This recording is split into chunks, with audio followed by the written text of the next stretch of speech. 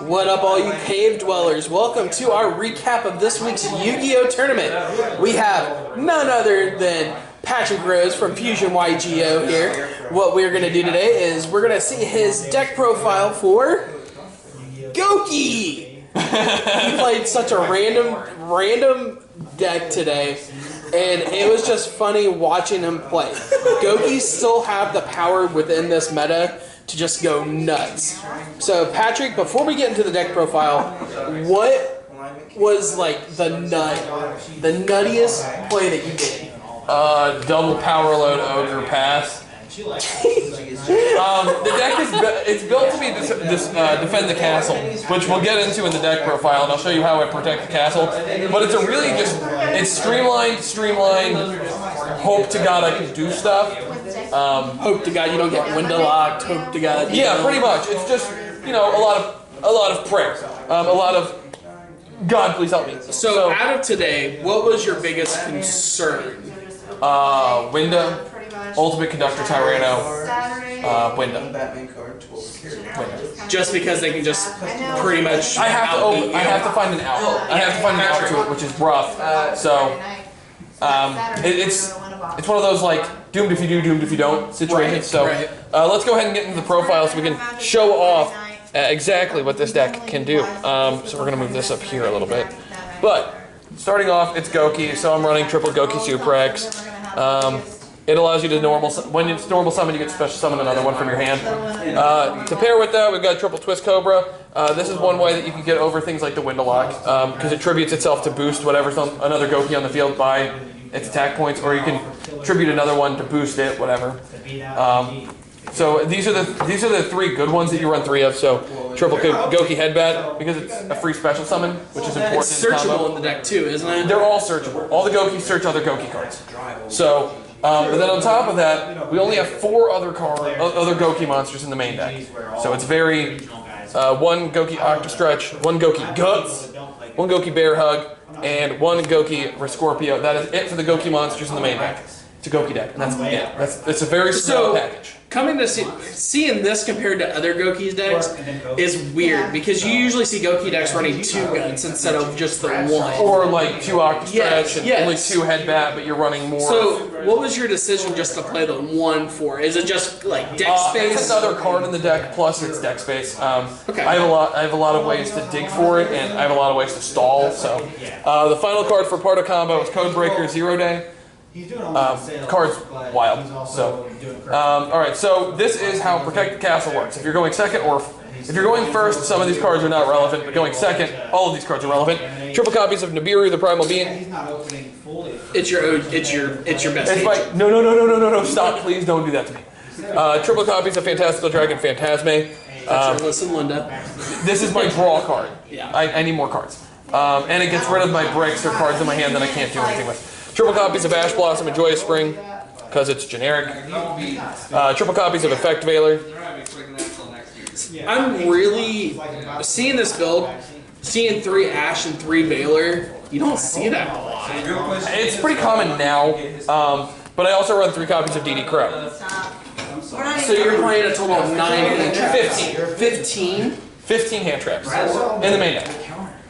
And then for more Goki cards, we're into spell cards now. Triple copies of Goki Rematch. This is Monster Reborn ×2 for Gokis, right? Which is necessary in the combo. I had a game where I literally saw all 3 of them very early, and I was still able to win that game. Shouldn't have. Zero reason to win the game, but I ended up winning it because I have so many just Protect the Castle cards that they work well enough to just slow the game down to a pace where once I find combo, it's GG. Triple copies of Called by the Grave.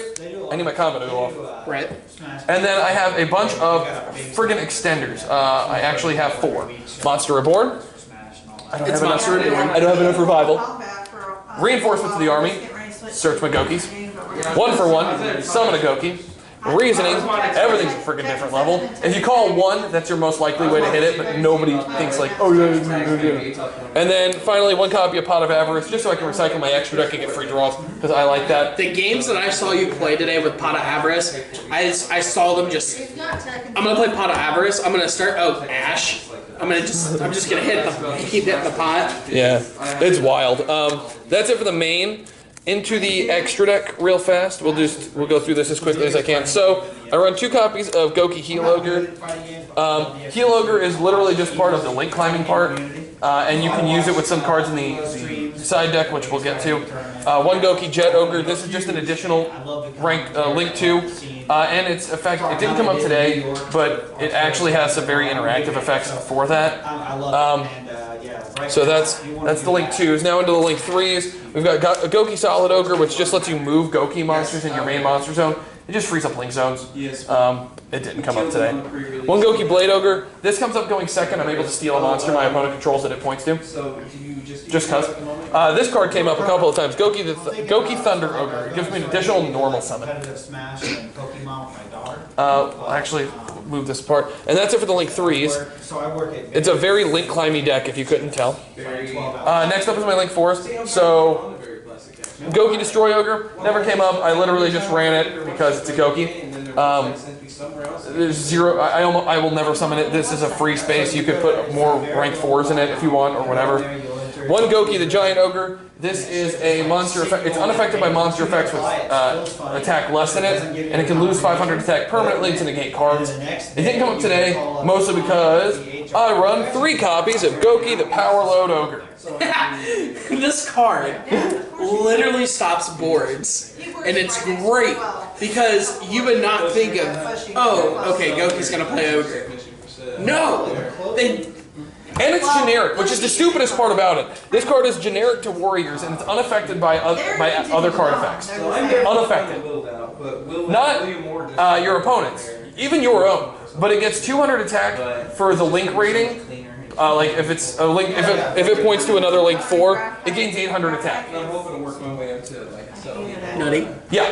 And then to pair with the Codebreaker stuff, which we're going to get into next. These are just part of the combo, super easy to get into. Codebreaker Virus Swordsman, which will let you summon your Codebreaker 0-day from your deck. Codebreaker climb. Codebreaker Virus Berserker. Okay, this card has 2 really good effects. If you're playing against back row, this card's nutty. So first, when it's summoned, you get to summon the 2 Codebreaker cards you'll use to summon it, the Codebreaker 0-day and the Codebreaker Virus Swordsman. You get to bring those 2 back to a zone a link monster points to, which part of the combo is get Power Load Ogre and points to all 3 of them. And then using its effect, because all 3 of them are linked, you can blow up 3 cards, spell and trap cards your opponent controls.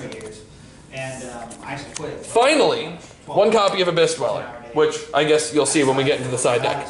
Okay, so unlike last week, I am going to be showing you the side deck. This deck is not profiled on my channel. It probably will be, but it's not right now. It is... Wait, are you ready for this? More hand traps. Triple copies of Artifact Lancia. Triple copies of Droll and Lickbird.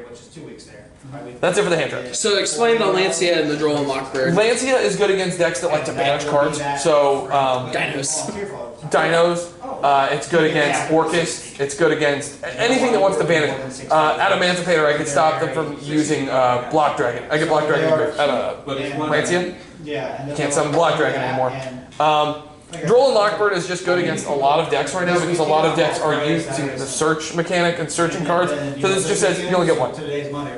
Fair enough. So that's it for the hand traps that I run. And Droll and Lockbird is just Droll and Lockbird.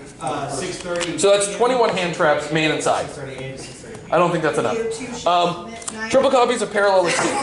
If I'm going first, and I know I'm going first, I'm probably going to side Nibiru out for this. And this just lets me make a Dweller.